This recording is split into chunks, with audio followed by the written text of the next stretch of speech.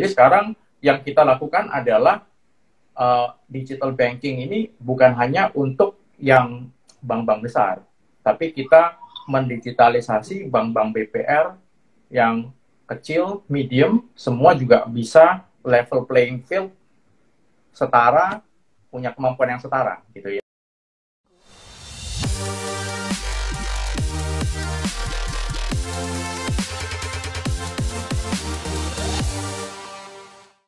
Hai buat teman-teman ya yang ini ya yang selalu stay tune ya, nontonin, stay tune, nungguin acara Ngobis ya. Seperti biasa guys, hari Senin ini, Senin malam ini 20.00 ya guys, kita akan undang, kita akan ngobrol dengan narasumber luar biasa. Dan hari ini kita akan ngobrol dengan Komunal. Teman-teman tahu ya, ini lagi happening sih. Jadi Komunal salah satu perusahaan yang keren. Kebetulan salah satu foundernya adalah teman saya sendiri, dan hari ini saya akan bincang-bincang gitu. Saya akan interview teman saya sendiri, yaitu Bro Henry Levian. Jadi kita akan ngobrol dengan Bro Henry Levian selaku CEO dari Komunal ya.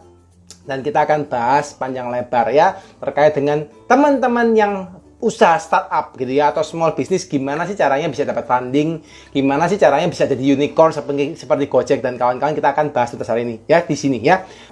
Buat teman-teman, gimana kabar buat teman-teman ya? Lagi sehat-sehat semua kan ya? Anyway, hopefully COVID lagi tetap ada, tapi nggak terlalu ini ya, nggak terlalu kenceng. Tetap teman-teman stay healthy, tetap jaga kesehatan, jangan sampai teman-teman juga terpapar COVID, apalagi sekarang yang lagi marak ini ya, cacar monyet ya sekarang ya. Jadi juga teman-teman tetap hati-hati ya, meskipun pandemik udah mulai menjadi endemik, tapi tetap kita harus bisa mensikapi gitu ya. Jangan terlalu lost, tapi jangan terlalu defensif juga ya.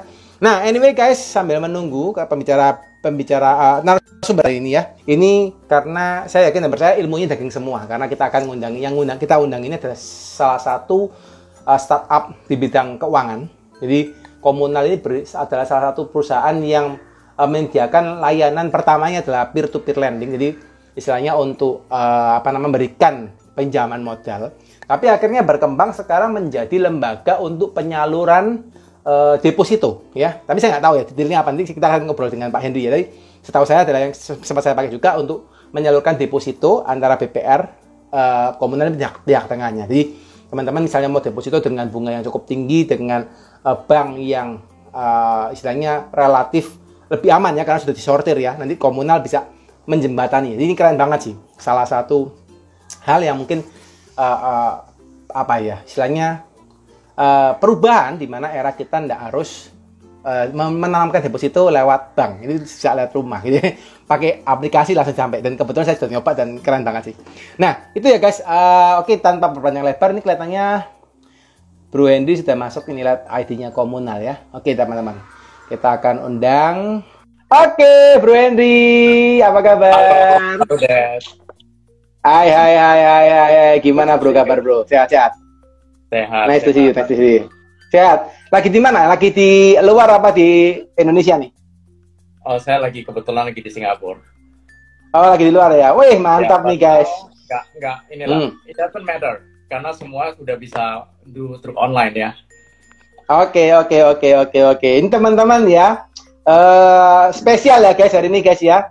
Pembicaranya live dari Singapura, dan teman-teman dapat satu insight yang luar biasa ini pastinya hari ini ya. Oke bro. Belajar dari Bro Dedi. Hari ini enggak belajar dari saya, ini belajar dari Bro hari ini. Hari ini harus belajarnya dari Bro Henry, nggak boleh belajar dari saya. Ini teman-teman The Consulting udah bosen, brother. Oke, brother, thank you so much hari ini sudah accept undangan kita ya untuk ngobrol-ngobrol santai ya terkait dengan nice, thank you ya.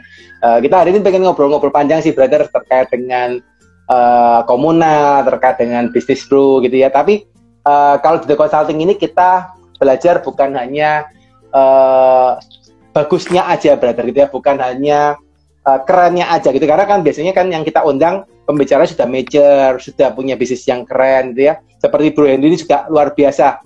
Saya masih ingat dulu kita pertama kali ngobrol-ngobrol di satu restoran sama Bro Anthony ya. kita ngobrol and you did it gitu ya. You make your dream come true gitu ya. Dan dalam tempo singkat luar biasa. Ini kita pengen ngobrol itu ya. Yeah. Yes. Nah, cuma kita nanti pengen brother nggak hanya dengar soal komunalnya, tapi pengen dengar nih brother story behind that. Ya gimana sih caranya bro sampai bisa menjadi seperti sekarang, karena teman-teman yang sekarang sering nontonin acara The Ngobis ini biasanya juga teman-teman yang juga lagi fighting brother, lagi fighting gitu ya, lagi usaha gitu ya, dan biasanya mereka senang banget kalau mendapatkan insight dari narasumber-narasumber luar biasa seperti Bro Handi gitu. Boleh ya brother ya, hari ini cerita brother ya? Siap. Oke. Jadi hari ini gue bakal banyak tanya, minta izin sebagai moderator. Kalau gampang saya jawab, kalau susah saya skip. Siap, Kak, ujian skripsi brother ya. Oke, bro. Boleh bro, diceritakan dulu bro, mungkin riwayat hidupnya sampai bisa seperti sekarang itu gimana brother? Time is yours. Silakan. Riwayat hidup kayak CV ya. Thanks. Oke, siap. Bro Dedi dan teman-teman di consulting, dan halo, selamat malam untuk teman-teman semua yang joining. Thank you for your time ya, malam-malam joining with us. Tapi hopefully, we make this time worthwhile gitu. Perkenalkan, nama saya Hendry. Jadi sebenarnya saya itu sempat satu sekolah dengan Bro Dedi dulu waktu zaman-zaman SMP ya. Time flies. Sekarang kita semua udah mungkin 20 tahun, 25 tahun yang lalu itu ya. Terus saya lama berada di Singapura, sekolah di sini, terus sempat bekerja selama kurang lebih 9 tahun di dunia perbankan. Jadi waktu itu di investment bank, Barclays, itu yang suka nonton Premier League pasti tahu ya. Terus saya juga dulu nggak tahu what is that gitu. Ternyata itu bank. Terus setelah di Barclays, sempat ke Goldman Sachs, itu investment banking firm dari US. Setelah itu saya lanjut ke Glencore, there's a Swiss mining company. Nah, setelah tiga company itu dan kita jalanin selama 9 tahun, keluar nih ide dengan teman-teman, karena kita melihat bahwa kita Indonesian yang living overseas, kita lihat opportunity di Indonesia itu sangat besar. Satu, opportunity. Kedua, kita juga melihat pain point. Kenapa bisnis-bisnis UMKM yang kecil tapi berpotensi itu susah mendapatkan pinjaman waktu itu. Bank-bank, karena memang mereka terikat dengan regulasi, harus yang namanya ada collateral property. Padahal mungkin teman-teman di sini ngalamin, waktu kita start bisnis, banyak dari kita itu mulai dari nol. Nggak punya tuh namanya properti. Jadi ada vicious cycle kan, kalau saya nggak bisa dapat kredit, bisnis saya nggak bisa jalan, dari mana saya bisa punya properti. Jadi banyak UMKM itu terikat di sana. Dan kita melihat sebenarnya metode kolateral itu bukan metode yang utama gitu. Ada cara-cara lain di mana kita menganalisa resiko, tentunya dibantu dengan teknologi, supaya bisa lebih baik, lebih akurat. Jadi akhirnya kita mencoba mendirikan fintech lending. Waktu tahun 2019, so fast forward 3 tahun, sekarang kita udah beroperasi 3 tahun fintech lendingnya. Jadi waktu dulu ketemu Bro Dedi itu, saya rasa fintech lending is still something very new. Sekarang udah lebih banyak dikenal, orang lebih tahu what it is gitu ya, fintech lending. Nah, 2 tahun yang lalu, waktu pandemi, selain fintech lending, kita karena talking with our supplier ya, atau our partners, itu keluar bisnis ide baru. Dan seperti teman-teman tahu, mungkin bisnis ide baru itu seringkali lahir dari pain points. Jadi ada orang yang punya problem, terus problem itu berusaha kita solve. Gitu. Jadi problemnya waktu itu kita berada mungkin cuma dua dari 120 fintech firm yang waktu itu ada di Surabaya. Nah, Surabaya itu di Jawa Timur, itu happen to be provinsi dengan BPR terbanyak seluruh Indonesia. Jadi naturally kita kerja bareng dengan mereka dari day one gitu ya. Terus waktu pandemi, ada BPR yang datang sama kita. Dia bilang, by the way, kita sudah jadi lender kalian, kita sudah mendanai di platform kalian, great. Tapi kita have another problem ini. Problemnya adalah kita sekarang susah nyari deposito. Padahal bunga kita itu jauh lebih tinggi dari bank umum dan dijamin LPS. Since komunal ada platform, bisa bantu nggak? Tapi waduh, problem nih. Tapi problem is opportunity. Jadi kita lihat how we can help. Kita lihat di Indonesia ada nggak sih platform deposito yang menyediakan gabungan dari bank-bank banyak, orang bisa langsung deposito kayak e-commerce? Nggak ada. Di Singapura ada nggak? Nggak ada. Terus kita cari, ketemunya di Eropa. Raisin.com. Solving the same issue. Dia solving deposito di negara-negara Eropa itu semua dijamin oleh EU, tapi di negara besar seperti Jerman bunganya kecil, di negara kecil seperti Poland bunganya besar. Jadi orang Jerman kalau mau deposito yang aman dan bunga tinggi, dia sebelumnya harus terbang ke Poland. Ya nggak nyucuk ya, orang sudah bilang nggak nyucuk gitu. Tapi sekarang bisa without face to face lewat platform. Itu yang kita lakukan. Kita bilang perfect, ini udah pernah dilakukan di Eropa, why don't kita coba di Indonesia. BPR di Indonesia 1.500, kalau kita bisa pilih yang benar-benar bagus, masa nggak ada sih 500, 750 yang benar-benar bagus. Terus dana di kota besar ini, dan kita lihat waktu itu memang dananya 95% itu di kota besar, bro. Jadi kita lihat dana di kota besar 95% kok nggak flowing ke BPR, padahal BPR ini cari dananya susah, tapi produknya bagus. Sedangkan bank-bank besar itu bunganya 0,99, 1%. Orang ngantri karena convenience. Jadi kita lihat, ini mungkin satu hal yang kalau kita kasih platform nih, semua orang benefit.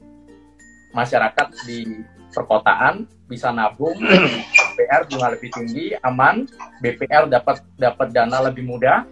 Terus UMKM, karena cost of fund-nya BPR lebih turun, UMKM akhirnya dapat bunga dengan lebih terjangkau. Jadi kita ngelihat itu bisa win-win untuk semua. Jadi singkat ceritanya gitu, bro. Jadi nggak terasa platform deposito BPR itu juga sudah beroperasi setahun sekarang. Nice. Jadi makanya gue juga agak bingung, brothers. Pertama kali waktu kita ngobrol di McD itu ya, malam-malam, bro yang sempat ngobrol soal komunal kan, dari situ, itu kan pertama aku tahunya kan bro sebagai lenders, sebagai pemberi pinjaman kan gitu ya ke usaha-usaha gitu ya. Bahkan kan kapan hari juga sempat tak pikir, wah ini bisa jadi salah satu saluran untuk distribusi untuk teman-teman yang butuh pemodal kan gitu ya. Terus switchingnya pindah gara-gara di COVID itu, brother ya, berarti ya. Benar, itu masih. Jadi bisnis itu masih terus berjalan. Sekarang juga ada bisnis deposito. Tapi ini lahir karena COVID, karena orang-orang mengalami masalah gitu kan. Yang orang mau nabung juga kalau mau buka deposito online susah sekali. Nggak harus ke bank, baru recently ada digital bank gitu. Jadi sekarang yang kita lakukan adalah digital banking ini bukan hanya untuk yang bank-bank besar, tapi kita mendigitalisasi bank-bank BPR yang kecil, medium, semua juga bisa level playing field, setara, punya kemampuan yang setara gitu ya, untuk onboard orang melalui remote dan lain-lain tanpa face to face, semua tanpa face to face. Ya. Nice. Oke, brothers, boleh nggak lu ceritain, brothers? Maksudnya gini, kalau dalam perjalanan komunal kan berarti sekarang tahun keempat, ya? Tahun kelima sekarang, tahun ketiga ini ya? Masuk tahun keempat, sudah 3 tahun. Tahun keempat ya, 3 keempat ya. And then you grow up very fast, I think. Maksudnya bertumbuhnya cukup cepat gitu ya. Dengan setara kalau kita ngomong dengan bisnis konvensional kan jauh gitu ya, 4 tahun belum jadi apa-apa gitu ya. Nah, kalau boleh lu ceritain, brothers, apa sih bro kesulitan pertama kali lu bikin startup? Kesulitan pertama sebenarnya startup itu ada beberapa hal yang paling penting ya. Tapi yang paling pertama dan yang paling sulit itu people, orang. Jadi Pada waktu kita mulai, itu ide angan-angan tinggi, tapi saya masih ingat beberapa orang yang join kita pertama, itu bukan mereka apply ke komunal, saya yang approach mereka. Dan saya yang approach mereka, dari 100 orang yang saya approach di LinkedIn, 20-25 yang respon. Dari 20 sampai 25, saya ajak ketemuan 10 yang mau. Kira-kira dari 10 yang mau, pada saat saya jelasin tentang komunal itu apa? Orang bingung kan? Bisa pinjam duit? Bisa. Bisa nabung duit? Bisa. Are you a bank? No. Jadi are you PPS? Bukan. Are you koperasi? Bukan. Susah gitu. Terus kantornya gimana? Kita belum punya kantor. Bulan depan kantor kita baru jadi. Jadi saya interview di Bon Ami, di McD. Orang-orang kayak ini beneran atau gila, atau saya ditipu atau apa gitu. Jadi susah banget. Jadi dari 100 yang saya approach, akhirnya 10 yang mau ketemu, 5 yang gila mau join. 5% ya? Iya, cuma 5%. Gitu. Dan 5% itu nggak ada yang punya background finance waktu itu. Jadi when bisa, bayangin, mau buka fintech, 5 orang join, nggak ada yang nggak ada yang background finance, cuman 1 yang background tech. Nah, jadi gimana gimana tech gitu kan.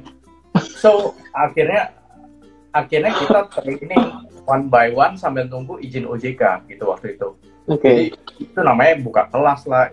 Those early days are really crazy gitu. Tapi ya I'm glad karena semua orang yang ikut dari pertama itu, I think secara personal development juga ikut bertumbuh gitu. Sekarang mereka udah cus ngomong fintech gitu. Padahal dulu kita juga tahu sama-sama, kita juga nggak ngerti apa-apa gitu. We learn along the way.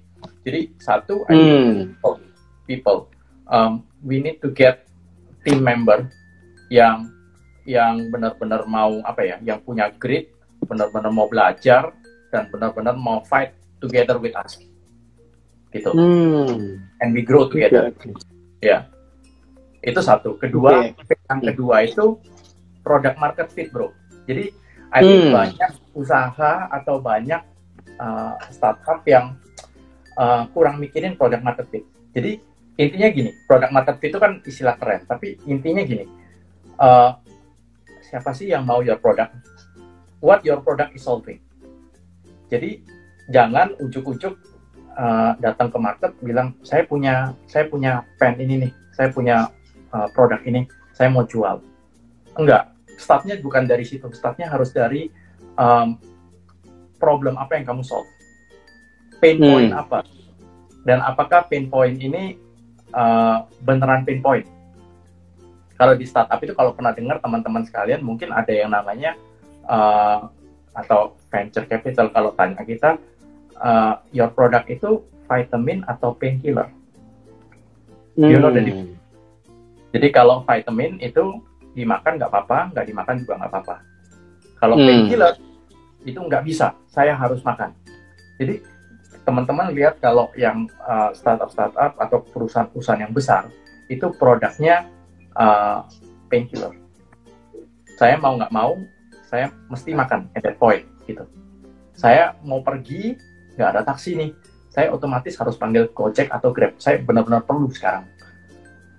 Harganya dinaikin, tadinya 5.000 jadi 6.000, jadi 7.000, jadi 8.000, ya udahlah gitu. Saya pokoknya perlu pergi gitu kan. Kalau orang beli vitamin 5.000 dinaikin 5.500, nggak usah deh, saya nggak perlu hari ini. Jadi produk marketingnya beneran nggak sih orang itu perlu produknya? Gitu. Baru setelah itu kita ngomong yang nomor 3, nomor 4, nomor 5 gitu. Gitu, bro. Oke. Jadi pertama masa lalu dari people berarti ya. And then you start your company with 5 people. Yang lu cari 100 orang, and then ketemu 5 sampai sekarang masih in your company, berarti 5 orang itu. Sekarang tinggal unfortunately tinggal 2 yang di antara 5 itu yang joiner. Iya. Oke. Tapi keren ya. Ya. Oke. Gitu. Nah, dari people, kalau kita ngomong soal you sebagai apa namanya, ya ibaratnya you kan sebagai pemodal, brothers ya. kan sebagai, kalau aku tahu kan bro kasih modal ke orang yang butuh gitu ya. Itu gimana brothers? Maksudnya apakah bro juga mudah gitu untuk misalnya let's say mencari pemodal, apa namanya misalnya kita ngomong P2P lending, peer to peer lending gitu ya, nyari investor-investor yang bisa di ngasihin modalnya, atau mungkin bro untuk assess si orang yang mau dikasihin modal itu seperti apa brother? Apa gampang atau susah atau gimana brothers dalam prosesnya itu brothers? Susah gampang. Ada gampangnya tapi lebih banyak susahnya. Jadi yes. bisnis platform itu memang kelihatan bagus, tapi pada waktu mulai itu susah untuk balancing antara dua belah pihak. Dan itu sama for every other platform. Jadi mempertemukan X and Y ya. Susah nyari X, susah nyari Y. Jadi kita harus convince X bahwa ada Y loh yang perlu terus. Dan kita harus convince Y ada X loh. Jadi waktu kita ngomong borrower, kita jual, kita punya lender banyak, bisa kasih Anda pendanaan, mungkin bank nggak bisa kasih, tapi orang-orang ini mau, and the power of the masses ya, the power of the masses, banyak orang nih chip in dikit-dikit kan nggak kerasa gitu kan, sehingga dia mau buka datanya, dia mau apply, borrower yang bagus akhirnya mau apply.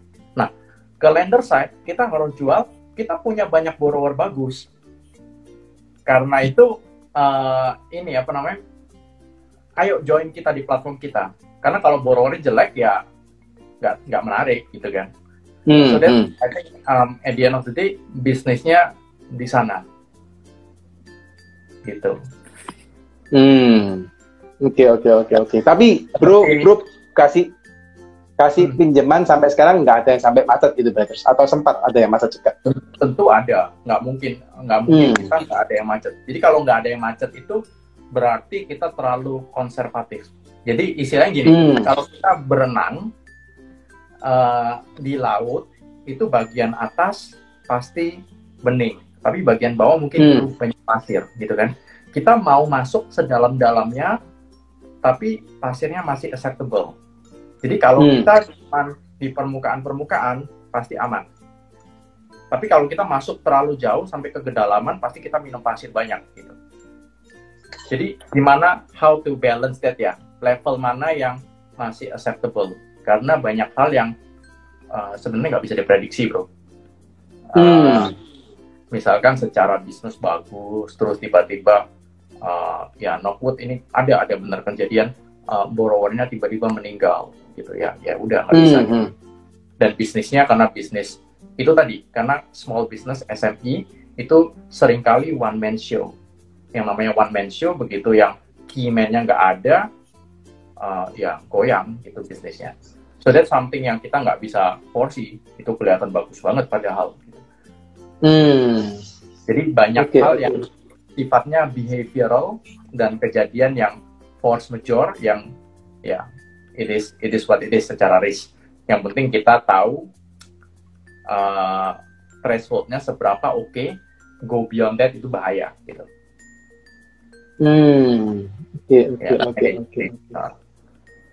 Oke. Berarti tempatnya komunal sampai sekarang masih kasih pendanaan juga brothers ya, sampai sekarang ya? Masih, kita in fact tahun ini 3 tahun ya, kita kasih pendanaan sekitar 1,5 T dalam bentuk loan. Ya,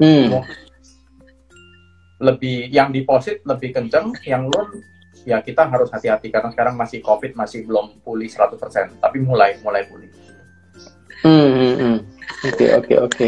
Jadi bro danain 1,5 T ya per tahun itu untuk orang-orang yang membutuhkan loan gitu ya? Dalam 3 tahun ini, tapi saya bisa bilang hampir setengah dari 1,5 T itu terjadi di dalam 7 bulan ini, bro.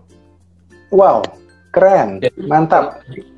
Ya memang ini ya, ya saya rasa kita terus sama-sama belajar, tapi satu hal yang kita belajar dari 3 tahun ini ya, seringkali kita harus berani bermimpi besar dan berani push the boundary. Jadi pada waktu, ingat pada waktu kita pertama kali tahun 2019 ya, waktu mulai, kita kumpul semua sama satu tim, waktu itu udah tambahan orang, ada 15 orang. Terus kita bilang, kira-kira bisa berapa ya? Ini tahun pertama kita beroperasi ya. Ada yang ngomong 50, ada yang ngomong 70, ada yang ngomong 100. Kita bilang, gini deh, targetnya 80, bisa nggak? Semua orang berat. So at the end of the day kita achieve 70. Itu berat, Pak. 70 itu berat. Ya. Tapi lumayan, brothers. Ya, dalam tahun pertama kan ya. Yes. Setelah itu tahun kedua jadi kira-kira 240.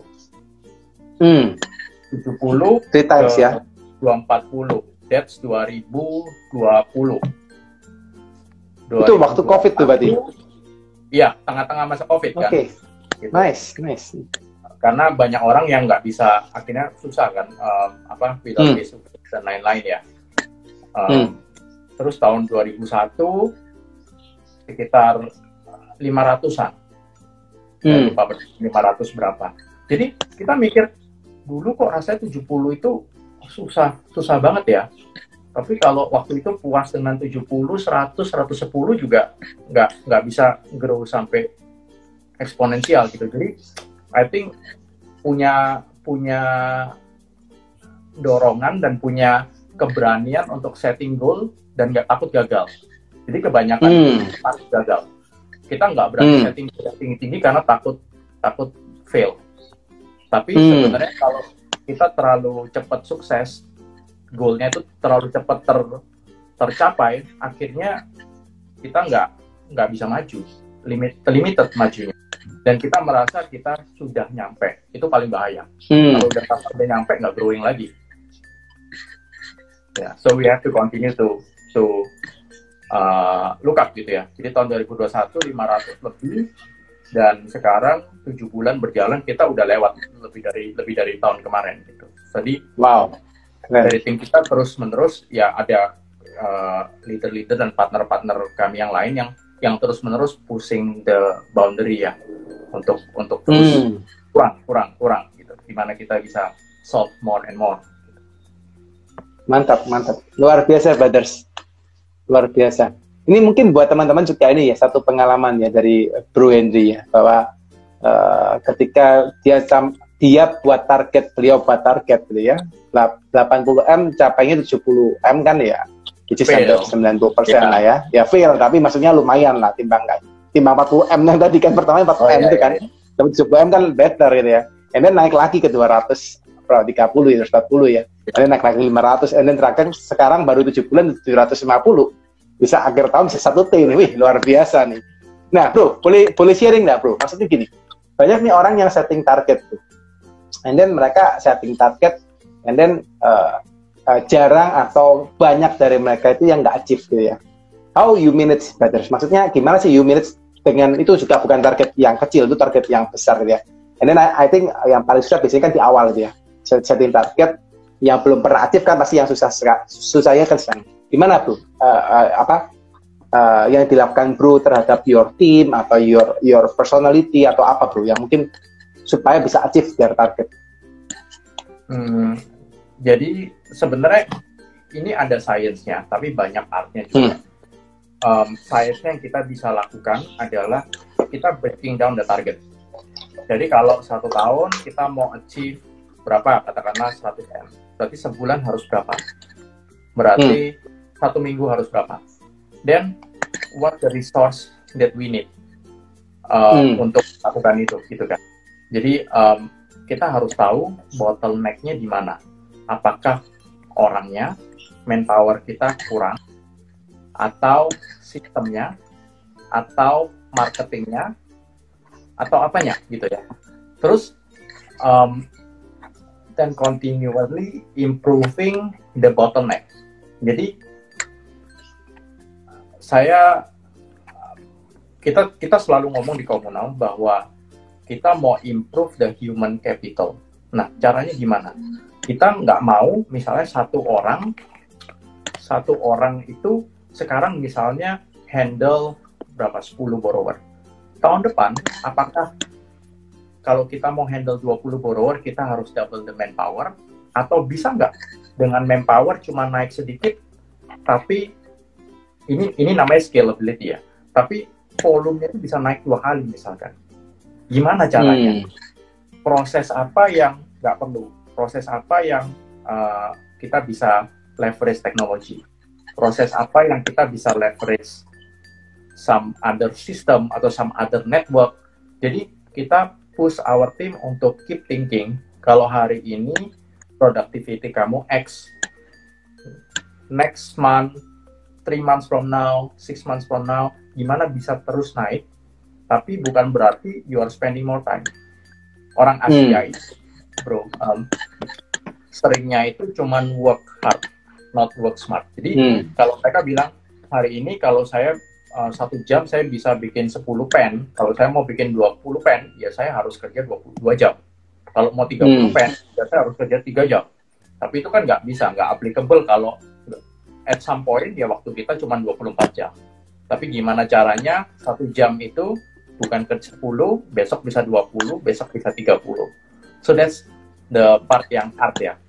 Hari ini ya kita bisa pakai teknologi, kita bisa pakai best practices, proses-proses, kayak misalnya tim kalian di consulting kan juga pasti ini kan ya, banyak SOP yang best practice. Jadi kita belajar dari kesalahan orang lain gitu kan. Kita nggak harus dilumut sendiri baru belajar, tapi kita belajar from the best practices dari tempat-tempat lain yang sudah ini mengalami sebelumnya gitu.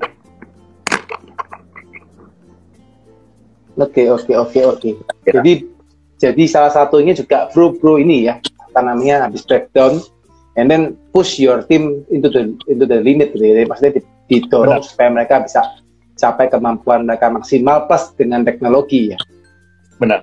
Jadi hal-hal yang kita itu pertama mungkin susah karena orang itu nggak terbiasa pakai teknologi kan. Kenapa saya harus misalkan update di yang gampang nih, kita pakai Microsoft Teams misalnya productivity tool. Kenapa saya harus update di sana? Kan pakai WA gampang. Saya nggak biasa pakai tombolnya susah gitu kan. Tapi lama-kelamaan kerasa karena kalau kita pakai WA terus cari scroll yang message lama-lama itu susah, terus orang baru di add dia nggak bisa lihat yang lama, tanya lagi, jadi itu waktu berapa detik kebuang di sini, 1 menit kebuang di situ, itu dikumpulin itu massive. Itu hal yang kecil kan. Iya kecil tapi cukup besar dampaknya, Badars. Kalau misalnya yang lakuin bukan cuma 1 orang, tapi banyak orang. Ya. Oke, menarik, interesting ya. Ini kita belajar teman-teman ya, belajar cara pandang ya. Dan memang kalau bisnis ini kan nggak bisa semuanya based on teori gitu ya. Pasti banyak artnya juga gitu ya. Apalagi ngomong soal leadership ya. Oke, Brothers, pengen tanya lagi, Brothers. Ini kan kalau nggak salah juga Komunal sempat melakukan funding ya, fundraising ya dari venture capital. Kalau nggak salah dari East Venture ya, Brothers ya, kalau nggak salah ya. Dari tempatnya Wilson Cuaca ya, Bro Wilson Cuaca kalau nggak salah ya. Nah, maksudnya gini, Bro kan sudah ada pendana dari DPR gitu ya. Apa sih, Brothers, yang maksudnya menyebabkan dari Komunal sendiri membutuhkan funding dari pihak venture ya? Apa sih, Bro? Maksudnya secara pola pikirnya itu apa sih yang perlu diketahui dari teman-teman audiens? Sebenarnya pendanaan itu ada beberapa macam. Jadi dan itu jadi agak rancu karena kita fintech atau kita bisnis. Jadi bisnis keuangan. Karena pendanaan itu kalau di bisnis biasa itu biasanya ya pinjaman atau penyertaan modal saham gitu kan. Tapi kalau sebagai lender itu bisa juga dia itu mendanai project yang ada di platform. Jadi dia cuma melewati kita untuk mendanai UKM yang lain. Tapi Komunal sendiri secara itu uangnya kan nggak ke Komunal gitu kan, cuma lewat aja. Tapi investment yang diperlukan Komunal waktu itu adalah kita perlu investment untuk operasional Komunal. Jadi untuk hire misalnya team member untuk build the system, itu kan perlu dibayar di muka ya, nggak bisa team membernya dibilangin ya nanti lu gua kasih gaji pada waktu platformnya running dan udah rame, kan nggak bisa. Jadi tetap nggak bisa, harus makan gitu, terus harus harus lain-lain, baru hasilnya lama-lama kelihatan gitu kan. Jadi ya I think with other business lah, semua other business perlu itu gitu. Teman-teman yang buka resto, buka cafe juga tahu kita harus sewa tempat dulu, bayar dulu, terus setup furniture, bayar dulu sebelum even orang beli kopi kita yang pertama gitu kan. Jadi I think prinsipnya sama bro, seperti itu. Dan makanya kenapa kalau company itu atau startup terus ada pendanaan series A, B, C, D, itu karena itu. Jadi mereka mau setup something untuk kedepannya supaya lebih maju. Jadi kayak sebagai bahan bakar brothers ya, supaya bisa lebih jos gitu ya usahanya ya. Oke. Melihat potensi gitu kan. Kalau nunggu sampai profit itu ya lama. Terus nanti momentum market waktu itu mungkin sudah berbeda. Oke. Nah, brothers, apa sih bro yang harus dipikirin sih? Maksudnya apa sih yang harus dipersiapin gitu ya buat teman-teman tuh yang kalau mereka pengen dapat funding gitu ya. Terutama kan bro juga sudah level fundingnya ini kan sudah level saya ngomong A++ gitu ya. Maksudnya yang memberikan funding kan juga salah satu venture yang cukup ketat gitu ya dalam hal asesmen dan kawan-kawan. Apa sih bro yang perlu dipikirin sih atau yang perlu dipersiapin sih buat teman-teman tuh yang aku pengen funding nih Pak, karena banyak brothers yang tanya hal itu gitu ya. Tapi anyway, kalau kita review kan juga teman-teman tuh banyak yang bahasanya banyak merahnya daripada banyak hijaunya gitu ya. Tapi kalau dari brothers sendiri apa sih kira-kira yang perlu dipikirin sih buat teman-teman tuh kalau mau dapat funding itu apa sih yang harus dilakuin? Ada beberapa hal, tapi yang pertama-tama banget itu kita harus review bisnis kita itu sebenarnya perlu funding segitunya nggak? Atau kita itu bisnis yang, karena nggak semua macam bisnis itu bisa didanai oleh investor VC. Jadi bisnis yang berbeda, mungkin pendana yang cocok itu berbeda-beda gitu. Jadi VC is not for all business. Nah, bisnis apa yang VC lihat dan mereka mau invest biasa, dan apa yang mereka harapkan. Jadi mereka itu biasanya ngelihat satu, yang product market fit-nya cocok. Yang tadi yang poin pertama ya, itu vitamin or painkiller. So if your product is vitamin, biasanya susah. Tapi kalau itu painkiller, itu bagus berarti. Terus poin kedua, bisnisnya scalable atau enggak? Makanya itu kalau kalian lihat kebanyakan bisnis itu yang didanai basis teknologi, karena biasanya yang berbasis teknologi itu scalable. Nggak selalu ya, tapi biasanya gitu.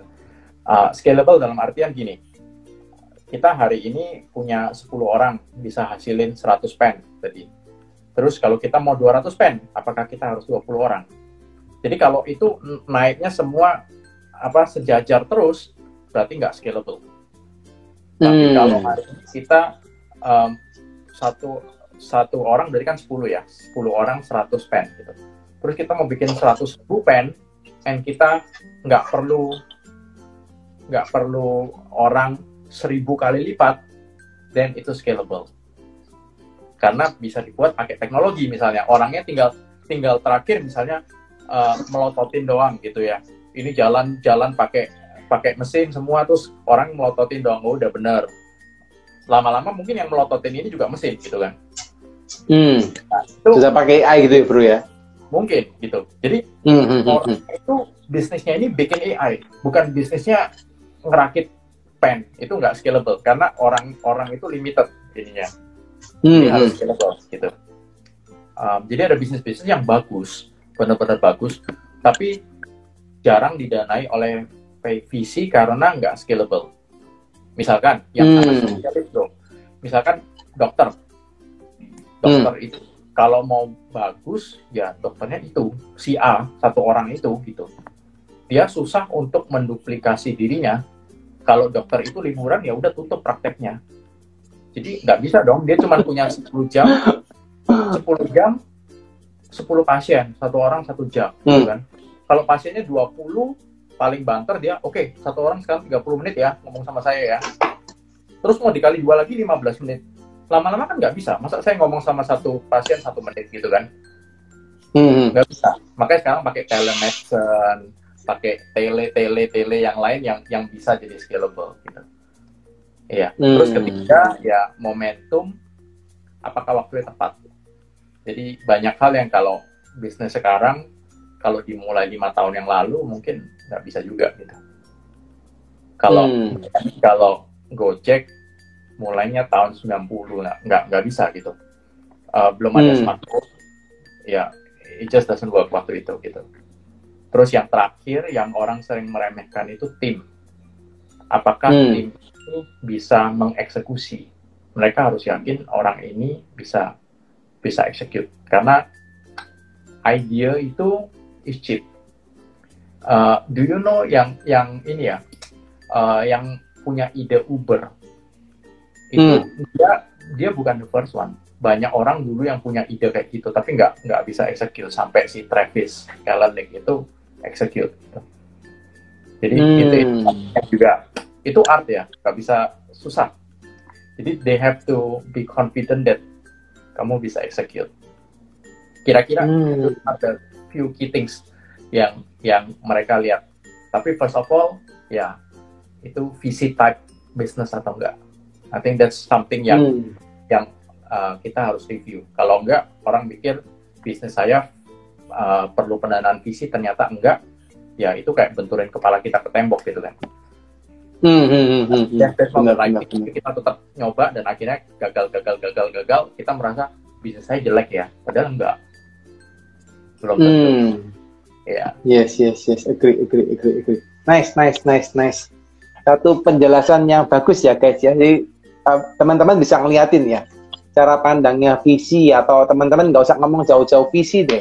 Teman-teman cari pemodal temannya kalian gitu ya, atau saudara kalian gitu ya, atau apa kayak gitu ya. Ini juga lihatnya kurang lebih sama guys ya. Cuma mungkin cara pandangnya, kacamatanya nggak selebar visi, karena visi kan sudah tanganin banyak macam perusahaan gitu ya. Dan Bro Hendy luar biasa ya masuk. Dan securities crowdfunding, kita nggak ada services itu, tapi kita kenal beberapa teman yang bisa ini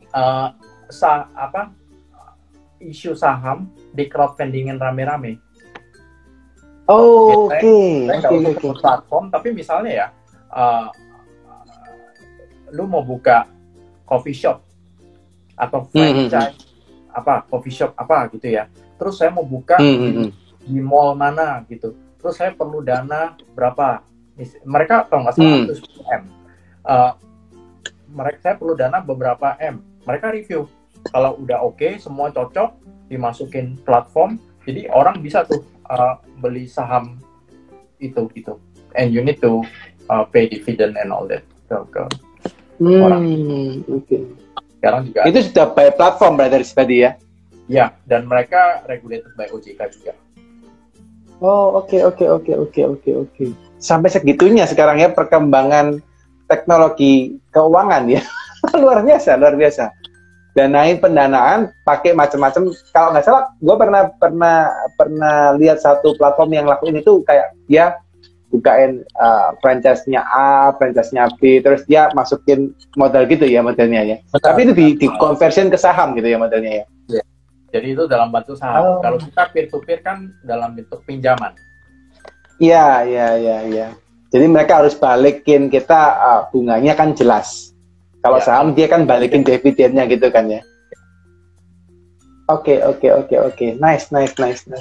Oke, brothers, mungkin boleh diceritain brothers.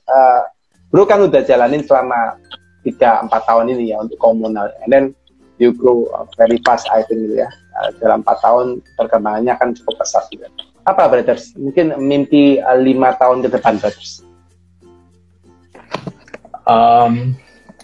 Dream kita itu pertumbuhan Indonesia, pertumbuhan ekonomi mestinya nggak dilimit di kota besar aja gitu. Karena kalau teman-teman ke Jakarta, ke SCBD, Sudirman, terus setelah itu kalian pergi ke kota manalah, saya nggak sebut, mungkin second and third tier city gitu kan, itu beda banget, kayak dua negara yang berbeda. Nah, itu gimana gapnya makin lama makin diperkecil. Dan caranya adalah resources yang free, yang idle di kota besar, dalam hal ini dana, gimana bisa flowing ke kota-kota kecil ini ke BPR, dan BPR itu bisa kita enable dengan teknologi untuk serve UKM-UKM di second and third tier city, tapi dengan standar international. Jadi kita pengen, kita sekarang lagi doing project ya, itu enable BPR itu untuk klien-kliennya mereka bisa terima pembayaran pakai QR code. Jadi nggak OVO, GoPay, dan istilahnya perusahaan fintech papan atas aja yang bisa lakukan itu. Tapi di mana BPR di daerah-daerah, klien base-nya mereka juga bisa enjoy world class ini teknologi. Jadi jangan lagi tuh ada misalnya 50% workernya BPR itu cuma doing pen and paper, sayang waktu mereka gitu kan. Kalau bisa pakai teknologi terus mereka bisa do other thing, itu company bisa lebih maju gitu. Jadi itu sih yang kita aim di dalam 5 tahun ke depan, itu lebih level playing field dan pertumbuhan ekonomi lebih merata ke mana-mana. Karena Indo itu kan besar. Oke. Tapi bro punya impian ini juga align dengan pemerintah itu atau gimana, brothers? Pasti inline karena ini sesuatu yang baik. Tapi lebih ke ini ya. Pada waktu orang ngomong inline itu terus ini kan yang info banyak, bukan 2 orang gitu kan. Jadi gimana caranya itu sama atau enggak, dan yang diprioritaskan sama atau enggak. Nah itu satu hal yang penting gitu. Dan tapi kita mengapresiasi sih OJK itu belakangan sangat open dengan innovations. Maka ya kita optimis bisa. Karena deposito platform sendiri ini kan nggak ada di Indonesia. Jadi pada waktu kita apply ke OJK, kita juga jelasin. Akhirnya kita dikasih istilahnya izin funding agent itu so far se-Indonesia baru 1. Komunal yang lakuin. Karena nice. kita luar biasa. Nggak ada yang bikin gitu kan. Mereka bingung juga ini mau dikasih license apa, nggak ada yang bikin, belum ada kayak gini gitu. Ya karena kita bikinin license ini gitu. Yes. Nice.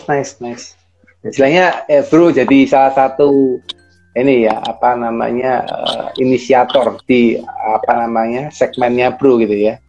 Pioneer di situ ya, supaya nanti hopefully more and more people coming in gitu kan. Keren. Saya dengerin bro cerita sampai ikut merinding ya.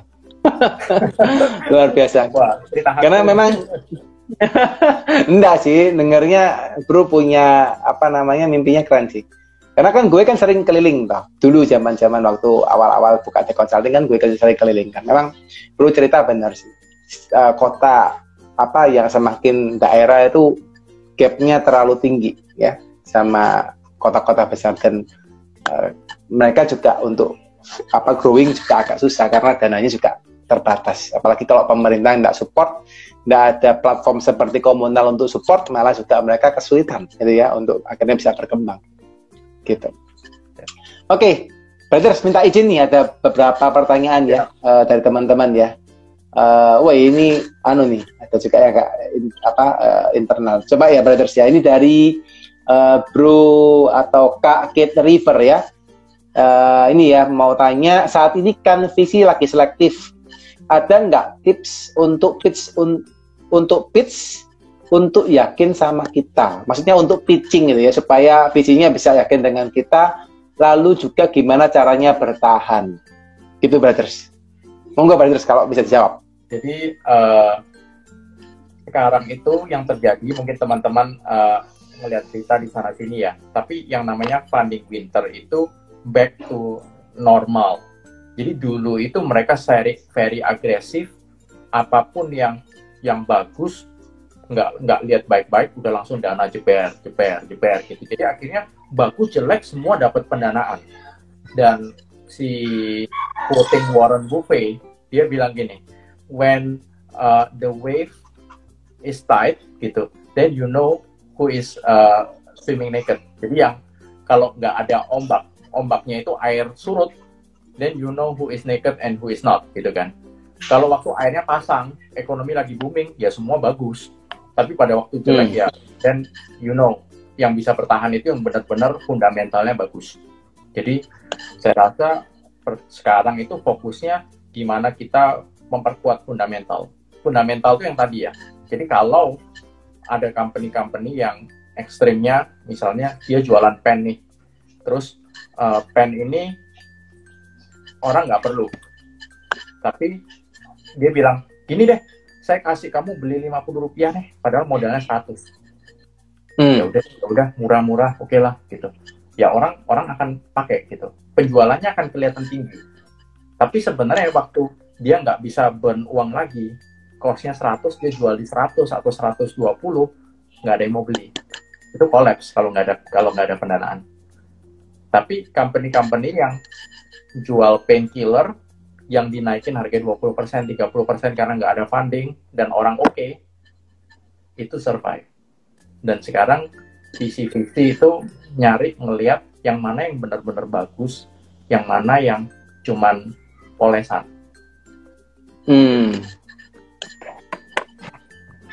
Polesan tuh maksudnya polesan secara keuangan, brothers ya? Secara keuangan, secara produk, sebenarnya market nggak perlu dan nggak mau bayar.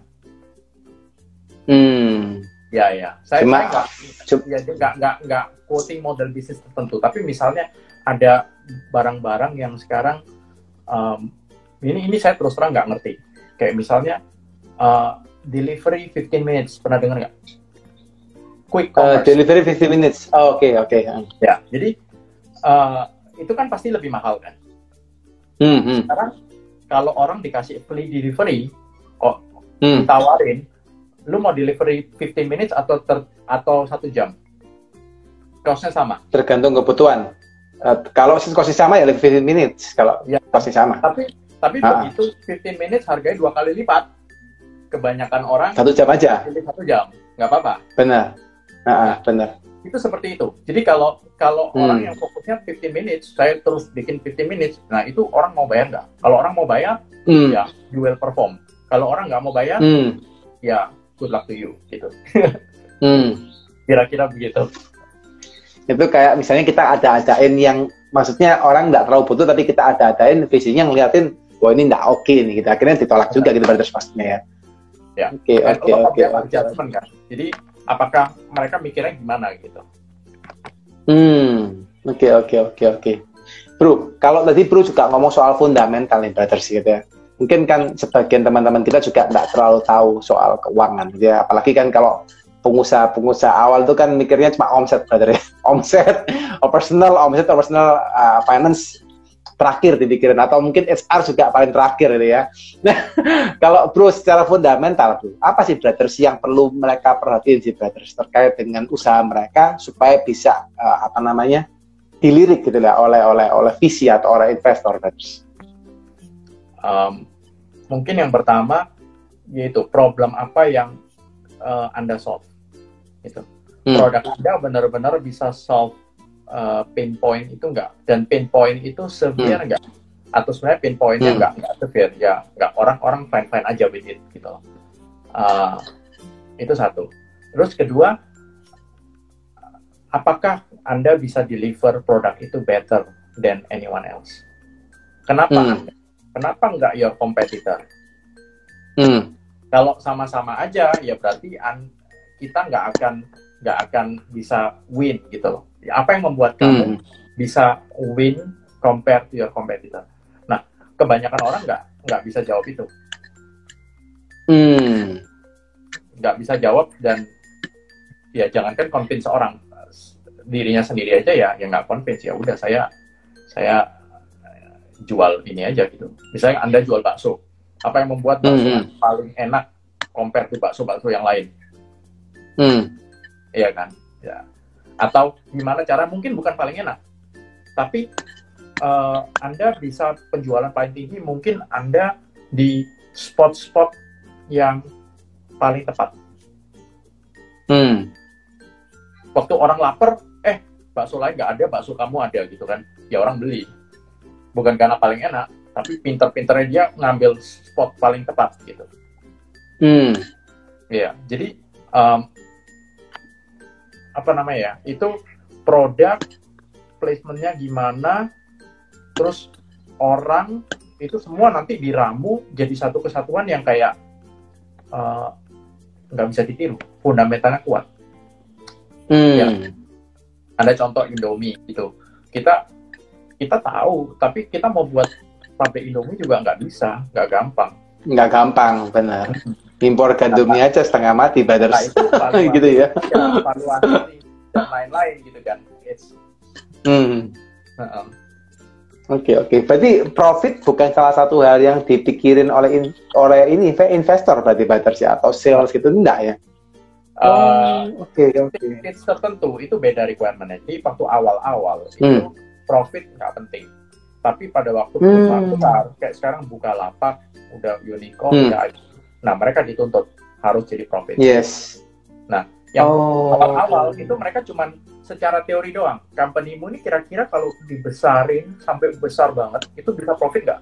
Kalau bisa profit, dan ini ya, namanya road to profitability, semua on the mind gitu. Kalau semua kalau diginiin bisa profit, oke. Tapi nggak usah diterapin. Oke. Sampai Anda perlu menerapkan, dan itu benar-benar bisa gitu.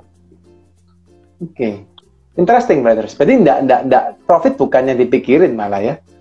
Saya pikir malah profit yang dipikirin gitu ya, atau how to make a profit gitu ya. Jadi yang dipikirin malah untuk sales and market share-nya gitu.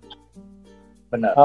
Karena prinsip mereka market share harus gede dulu, nanti bayangin kalau yang pakai aplikasi kamu udah jutaan, lalu charge aja satu aplikasi Rp1.000, itu buat orang nggak terasa, dikaliin udah berapa gitu kan, logiknya kan seperti itu. Oke. Bro, boleh nggak bro, kalau memang ini nggak terlalu konfidensial gitu ya, mungkin teman-teman juga perlu tahu sih, gimana sih bro, maksudnya investor itu nilai sebuah perusahaan, atau gimana sih mereka cara nilai? Karena kan kalau kita ngomong secara hitungan gitu kan, kita bisa pakai discounted cash flow and so on gitu ya. Tapi kalau misalnya kita ngomong secara aplikasi gitu ya, aplikasi apps gitu ya, di mana belum ada profit. Kalau ada profit sudah kelihatan free cash flow-nya kan gampang. Tapi begitu kita nggak ada profit, market share juga baru, masih ide gitu ya. Terus how the investor itu value gitu ya. Ada perusahaan ini dinilai gimana sih, brothers? Kalau dari kacamatanya bro, yang pernah bro alami. Nggak ada hard and fast rule. Ini banyak seni. Jadi semakin early stage, semakin art. Semakin later stage, kayak Bro Deddy bilang, itu bisa pakai science karena numbersnya udah jelas. Jadi pertama, very early stage itu kadang-kadang, to be very honest, numbernya diambil dari langit. Mereka kayak kira-kira seperti ini, ya udahlah, lu mau nggak gitu. Terus setelah itu baru mereka ngelihat, ada yang ngelihat sales, ada yang ngelihat kalau e-commerce itu GMV, berapa transactions yang masuk dan transaksi di platform Anda. Padahal transaksi itu kan bukan Anda kan. Misalnya Tokopedia, Anda beli sepatu kan bukan berarti beli sepatu 300.000 itu pendapatan Tokopedia kan nggak, harus disalurin ke sellernya kan. Itu namanya GMV, gross merchandise value, yang masuk di tempat kita gitu kan. Terus setelah itu baru kita cuman ambil berapa persen, itu yang jadi revenue-nya dari startup. Ya. Mereka ngelihat tadinya GMV-nya berapa. Kalau kita tadi ya berarti 1,5 T gitu kan GMV. Sama 3 tahun per tahunnya berapa, bisa growing berapa kali. Itu yang mereka lihat. Terus nanti tambah maju satu stage lagi, mulai ngeliat revenue. GMV lo itu berapa triliun yang masuk your platform, itu beneran jadi revenue nggak sih? Atau jangan-jangan rate-nya, fee-nya semua 0%.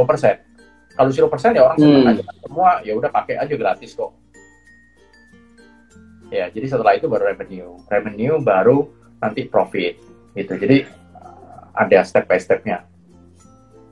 Nice, interesting ya. Malah ini satu hal yang baru teman-teman ya, angkanya kalau teman-teman mikir-mikir angkanya dari profit dan kawan-kawan ini enggak better, teman-teman ya, bisa jadi angkanya dari langit tuh katanya Bro Hendry. Tapi maksudnya bukan benar-benar dari langit ya, tapi maksudnya teman-teman punya something lah. Ya, startup sejenis yang mirip-mirip, all the same itu value-nya berapa? Oke. Nice. Oke. Moga-moga teman-teman dapat insight ya. Ini keren sih menurut saya ya, karena satu hal yang mungkin teman-teman kalau tahunya kan biasanya dihitung gitu ya. Semuanya hitungan. Ini enggak hitungan ya.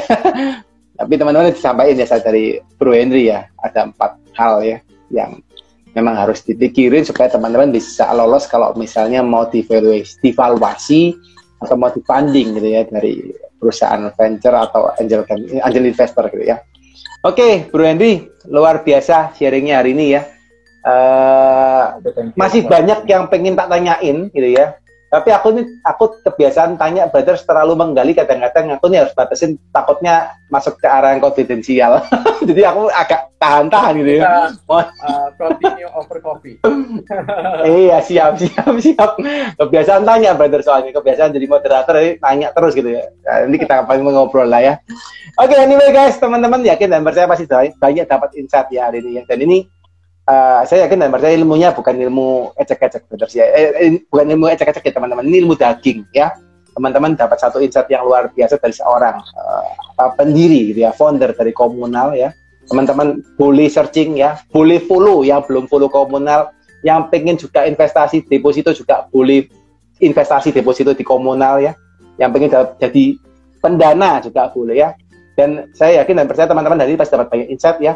Bagi teman-teman yang merasa terberkatin ya, merasa dapat insight yang luar biasa, yuk kasih like ya, kasih love ya, kasihin hati, kasihin fire gitu ya, supaya juga supaya juga narasumber merasa oh ya ternyata bermanfaat gitu ya, ternyata apa yang disampaikan oleh Bro Hendry bisa bermanfaat ya.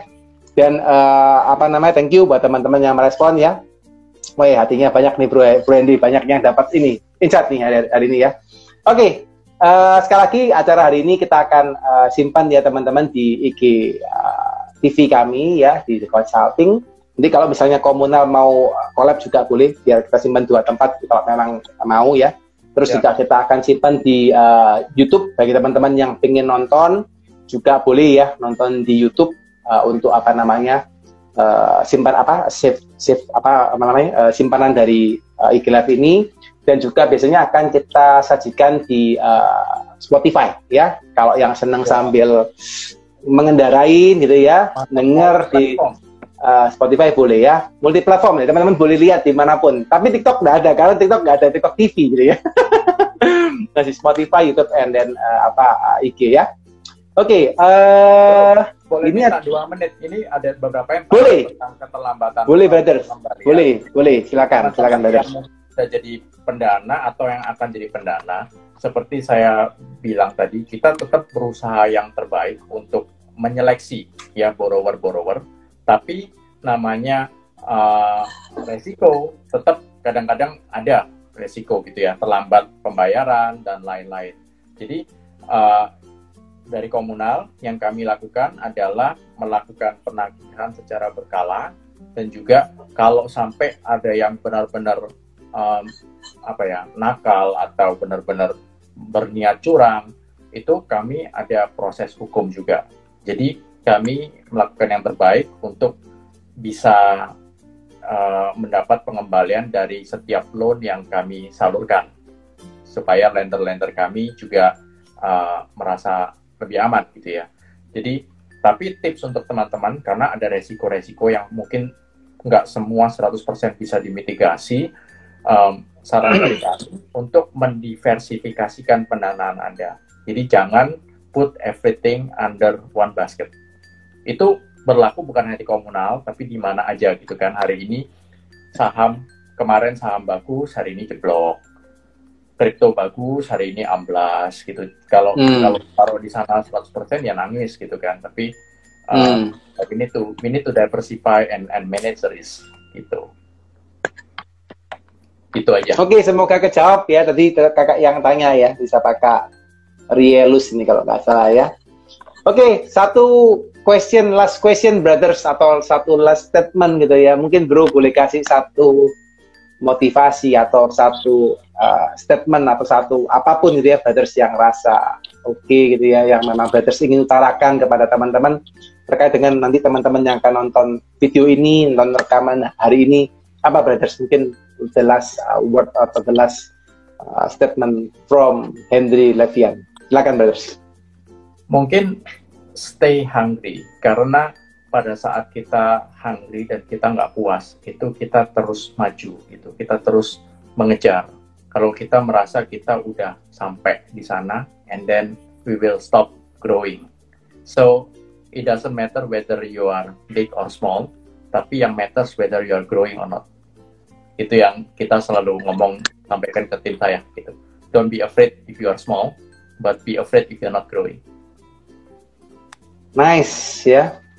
Jangan takut teman-teman kalau masih kecil, tapi takutlah kalau teman-teman nggak mau bertumbuh ya. Nice. 2 thumbs up, 4 thumbs up. Kelihatan kakinya. Thank you so much brother thank you so much buat sharing hari ini. Saya pribadi merasa terberkatin, dan saya yakin dan percaya teman-teman hari ini juga yang dengerin sharingnya Bro pasti merasa terberkatin ya teman-teman. Dan kita kasih thumbs up buat Bro Henry. Semoga juga Bro dan keluarga selalu diberkati brothers ya dalam setiap apapun yang Bro kerjakan. Komunal semakin maju, semakin jaya, dan juga bisa menjadi saluran berkat bagi banyak orang. Thank you brothers. Amin. Buat hari ini ya. Semua. Thank you teman-teman. Sampai ketemu lagi brothers in coffee time. Yo. Bye bye. Bye. Thank you guys. Sehat-sehat semuanya ya. Bye bye.